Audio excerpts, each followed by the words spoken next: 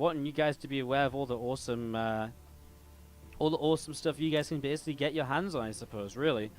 So, yeah, I just want you guys to be aware of all the awesome stuff you guys can take part in and join in on, and the advantages, the offers you can take advantage of. Just want you guys to know what's happening and what's up. It's September. It's September. It's MeUndies giveaway weeks. All sorts of crazy action. Guys, let's do this. At the bottom right-hand side, our green Terran player. Give it up. If you're going to be cheering on KeeN here in our best of 3 semi-final in today's WardiTV weekly event. Thank you for staying tuned. Again, wasn't ever going to be the kind of the longest or biggest event today with a number of sign-ups, but we are making the most out of it, and we're getting some pretty good games as well. Top left-hand side, our red Terran player is GuMiho, representing Psystorm Gaming.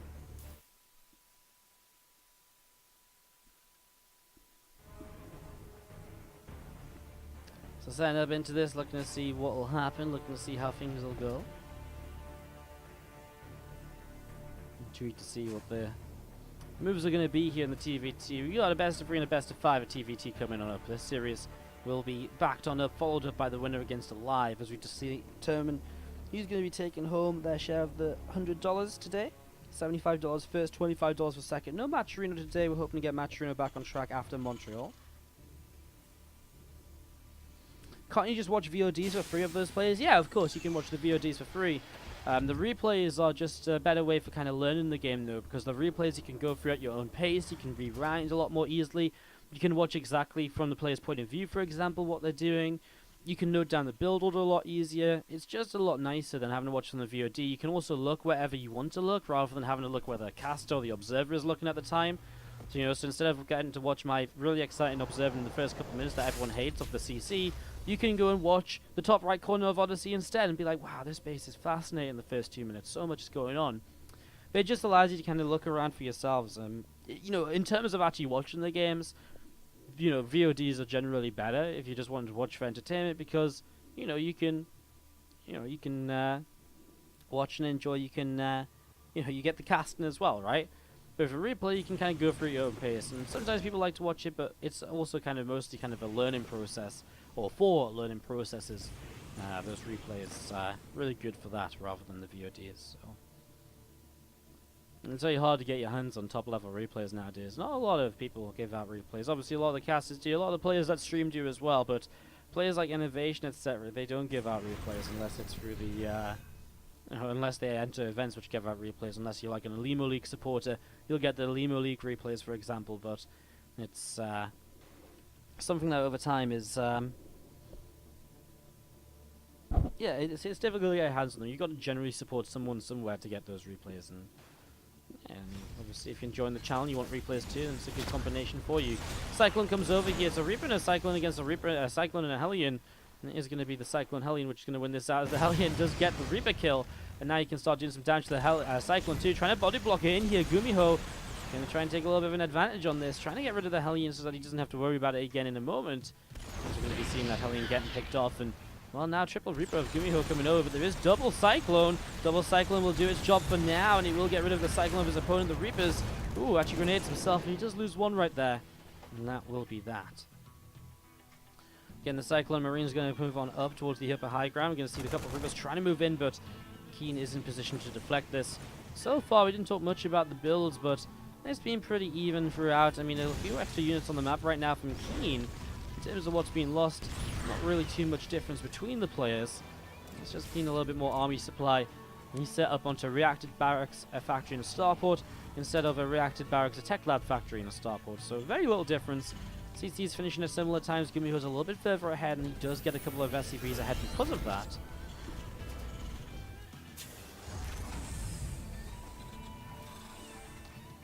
Just going to be seeing the couple of extra barracks dropping down, then 1-on-2 reactor, and meanwhile a tech lab builds in this barracks to get stim pack rolling. KeeN yet to really show his hand in terms of what his mid game looks like. Is it going to be that sort of you know, bio play, or is he going to look for mech? He's actually pushing forwards now with 2 Cyclones and a Medevac of Marines.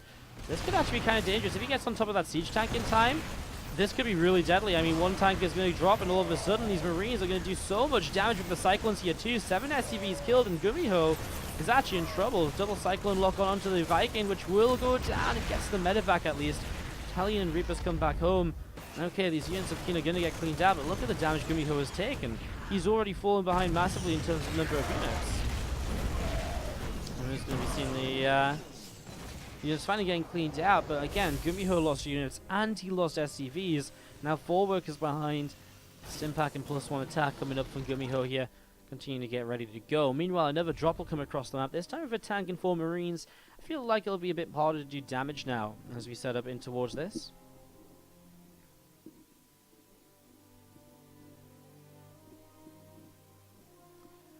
And just continue to set up in towards it and just see the 4 Marines, the siege tank moving on over. I mean, I guess if you get in the right position, this can work out nicely, but the tank is very well... Oh, okay, I didn't think about this position down here. That's obviously very nice. Kills the depot the instant it goes down. That's actually huge. 100 minerals just like that. Kind of crazy. And as we're just going to be seeing again, a kill of SCVs getting picked away at. Again, guys, if you're trying to enter the MeUndies giveaway, it's MeUndies space daily to enter. Exclamation mark MeUndies or exclamation mark MeUndies giveaway is just going to give you information about the giveaways.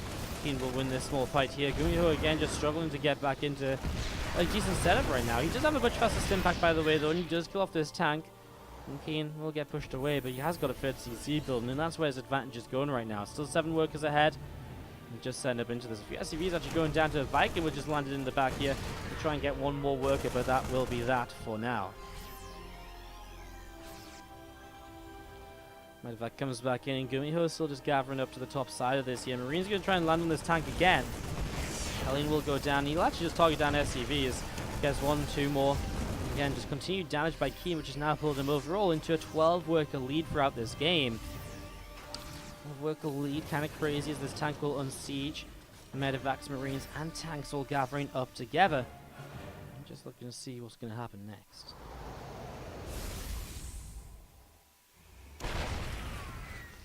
The tanks coming down to the third base. Combat shields on the way from GuMiho. Again, he does lead in terms of those bio upgrades.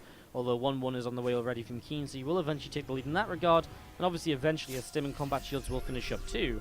It's just a matter of staying alive until then, because he is a bit down on army supply. He's been trading army to deal all this worker damage. Now 17 workers up in the game. Oh, he's going to lose another medevac. And again, GuMiho's potential attack across the map here is starting to look a little bit scary. He's starting to look a little bit scary, starting to look as though, as he pushes over to the bottom right-hand side, he might be able to get damage done to the point of KeeN really falling back behind this game, despite the 20-worker lead he's built up. Marines start to spread themselves out, and as again, Marines and tanks gather from KeeN. The question is, are they in the right location? Can he set up effectively enough? He's got a single missile turret here. He does have sensor towers, and he will see these units pushing forwards. He will stim forwards to try and get rid of those medevacs before they can unload, and well, he does force the unload instead of dropping on top of his army. That's nice. Tanks will be able to reposition here slightly. He builds a new sensor tower. That's really smart because he knows this one's going to probably go down to the tanks already. So that's good for him to go into, as we see SCVs will pull into this as well. KeeN very much so aware of the fact that he just has to survive this attack, and he's going to be in a very good position. That's exactly what he's done. A tank does survive this. He's got another tank coming through. He's got Vikings in the sky still, which can push back medevacs. Okay, a few SCVs went down, but with the lead he has, he can afford that damage. And even without the combat shields here, KeeN has hung on, and now, with his own combat shields coming on up, he'll get that in play and be able to make that work as well. A couple of tanks doing siege, and well, the Marines and tanks still coming down the left through the center, thinking about where they want to try and go. Actually going to reposition over to the right-hand side here as Marines, tanks, a Cyclone all gathering up together. KeeN setting up to see what he can do. A couple of tanks will be rolling in a moment for GuMiho, or will they? They actually might be in trouble. One tank siege just to try and protect. A nice little lift up. KeeN just struggling a little bit in terms of army supply, but you've got to remember that very soon it is going to be combat shields in play. It is going to be 2-2 in play. And we're just going to be seeing the tank continue to come on out. A scan on top, we're going to see those tank siege and Marine siege coming in as well. Another couple of scans coming on down on the third bases. It's actually right now a lack of a third base from GuMiho, which is also kind of a big thing here.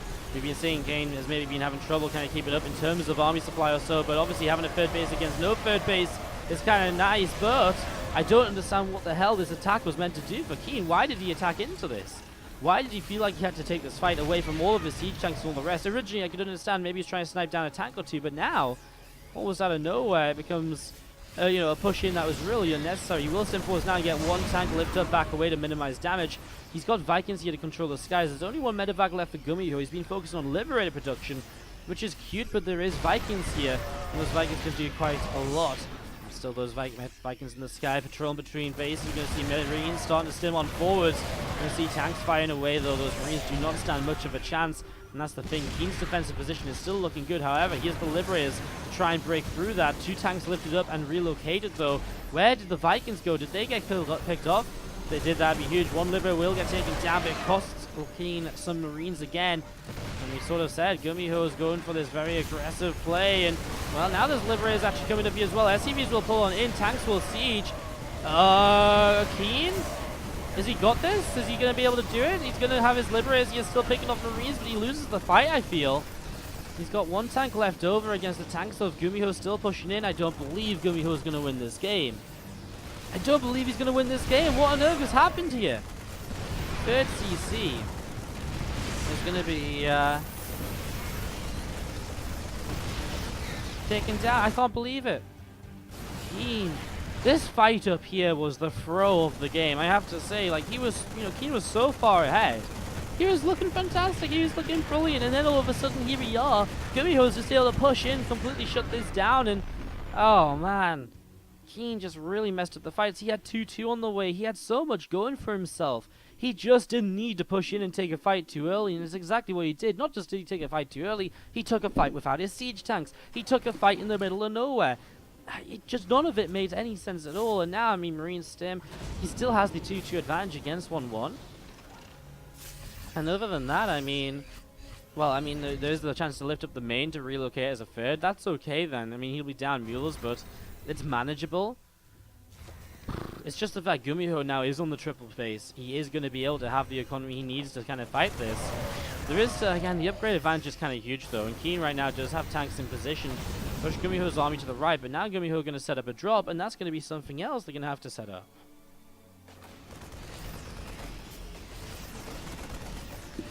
Marines loading to the right, and again, just, well, KeeN now looking to try and find the drop, which will maybe do enough damage here to bring him back into the game, but it's not going to be easy.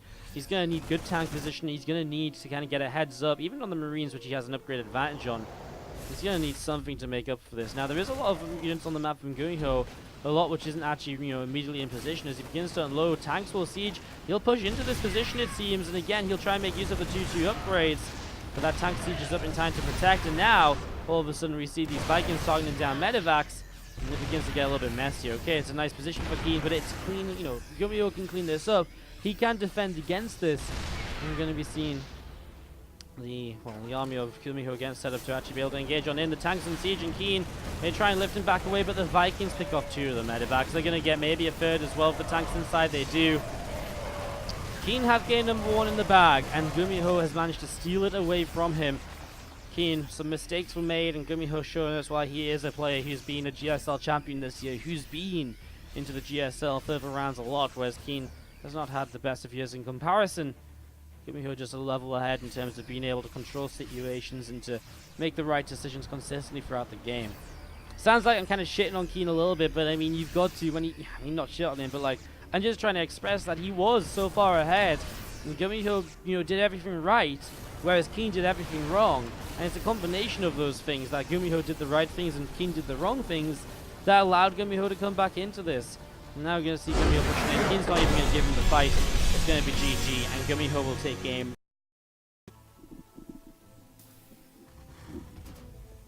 Of course, we're talking so much about September. Don't forget, if you do have that Twitch Prime, you can subscribe for free. If you haven't used up your Twitch Prime sub already, give that subscribe button a click above the stream. It might say subscribe for free.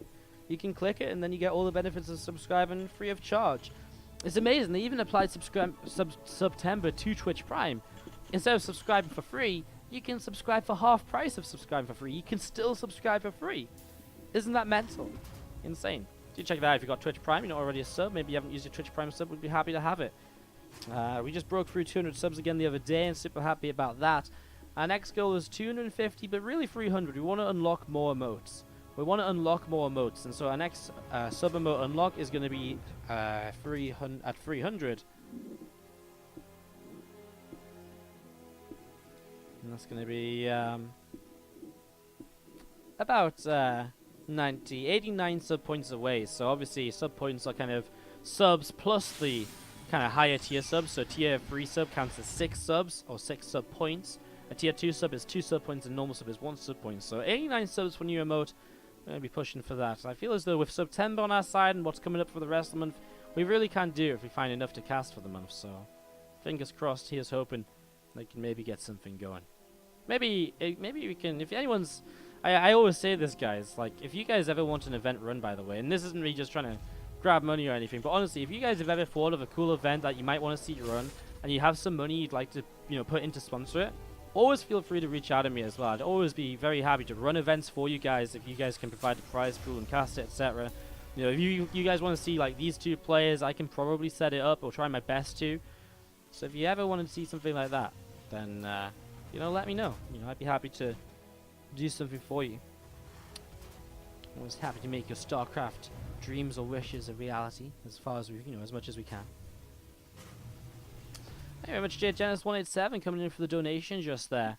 Says $5 towards your next event. Thank you very much for the $5 donation. Get somebody hearts up in the chat, please, with J Dennis, brand new sub last night, and now donate here as well. Thank you so much. Do appreciate the support, man. Yeah, I am currently, donations this month will continue to go towards my BlizzCon fund, so I can attend BlizzCon at the end of the year. So fingers crossed for that. Hope I'm just waiting to get my media badge confirmed so I can start booking flights and stuff. I should go no matter what the money raised is, but obviously the more you guys raise for me, the easier it is for me to justify going and stuff. Going to be doing a few little bits of content over there, some interviews, etc. It's just a great event to attend in general, not just because of content I could potentially make, but also you just get to network with so many people that you don't usually get to network with, I suppose, being a European sort of guy. I remember the last BlizzCon, I met a lot of people who were very influential to my success this year. Helped me to get gigs at I Am Shanghai, for example, and stuff like that. It's kind of, it's cool, it's crazy. It's actually crazy, like, this sort of maybe kind of sounds obvious as we see this opening, by the way. An expansion appears early because it's Acolyte in-base expansions are easy to take, hard to pressure. You know,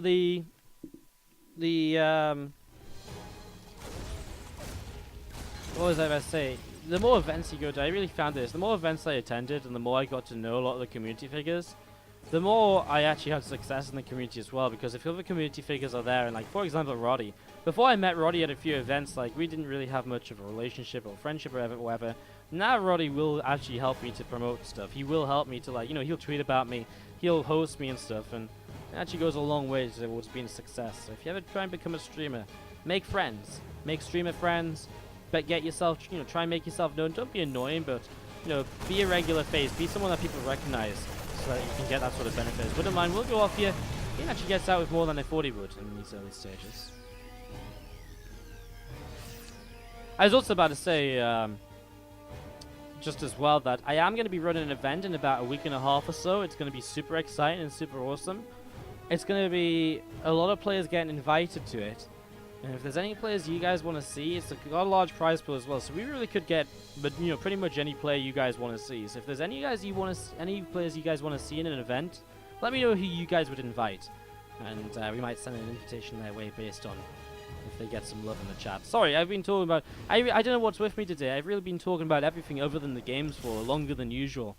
We're like 5 minutes into this TvT, and I don't think I even introduced the players early. GuMiho's bottom left, KeeN's top right. I think it's kind of obvious, we know that. So weird, the convention that we always introduce the players on StarCraft maps. We always introduce them like one after the other, even though it's kind of, you know, it's very visible and very easy to see who's top left and who's top right or whatever and so on the screen. But yeah, looks as though we had a little bit of a drop coming back in, and so far former SCV's picked off. KeeN taking a bit of an eco lead once again here early in the game. 3rd CC building, not on location, but it is faster. The fact that GuMiho is on location is going to help him a little bit to make up for that big triple drop in the back of this mineral line. We're going to see SCVs immediately pull in to try and help fight against this. Marines will push on into the tank will siege, and Vikings here to try and help clean up. 9-10 workers killed already. This is going to be a cleanup though in terms of army going down. Tanks continue to siege, and oh no! They do continue to siege, but they get picked off because of it. And this actual kind of drop from GuMiho is going to get so much damage done. And this is pretty much going to be about it. Tankle and siege to get rid of this Viking. Wow. GuMiho just completely destroyed KeeN here. This was kind of crazy. This one single drop just did so much. 21 workers down the drain. I was just saying KeeN's doing a nice job kind of taking advantages, but the fast free CC has been punished slightly. And now, GuMiho again for CC is morphing into an orbital on the low ground. KeeN still is just reproducing SCVs to refill his natural expansion. GuMiho looking so good right now in the TvT today as we continue to set up into this. Continue to see where things will go. 1-1 upgrades continue to come on through. Continue to set up into this. Stim pack is about halfway done. Couple Liberators on the way out, a few barracks on the way up as well. Continue to set up into this. The 3 bases across the bottom left hand side for GuMiho, as we're going to see 2 medevacs of KeeN continue to come across the map as well. So a couple of medevacs coming on over to see what else they can get up to here. 8 Marines, 2 siege tanks inside. I'm going to see if they can do some damage. I mean, obviously, KeeN has to try and find some kind of damage, but the Liberator sees us coming in. There's missile turrets here, there's a tank sieged up, and KeeN for now is not going to find the initial opening that he needs. So KeeN doesn't find that initial opening. The stim pack on the way up from KeeN as well, some extra barracks on the way down. And you see this Marine GuMiho also going to get picked off there. So Marine GuMiho goes down too. Still just waiting to see what will be next. Armory just over 50% of the way done, coming up to being about 75% of the way done as well.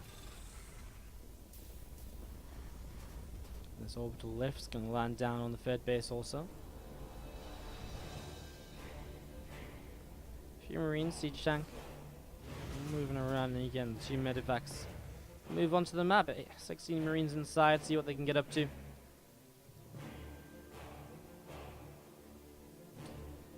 Continue to move on over towards the upper right side.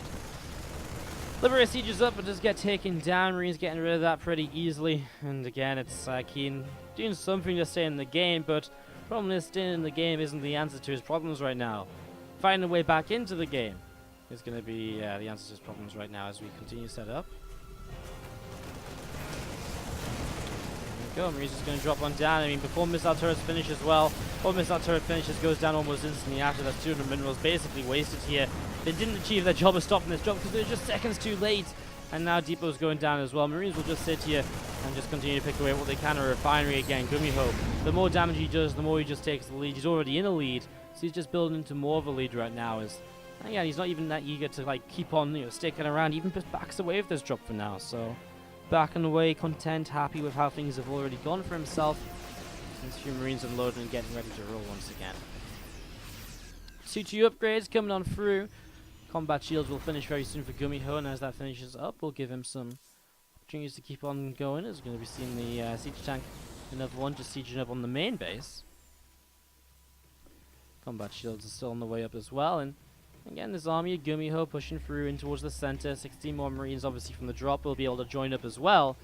And everything gathering together right now is a good opportunity to push on in and really clean out a whole bunch of this kind of Marine tank force.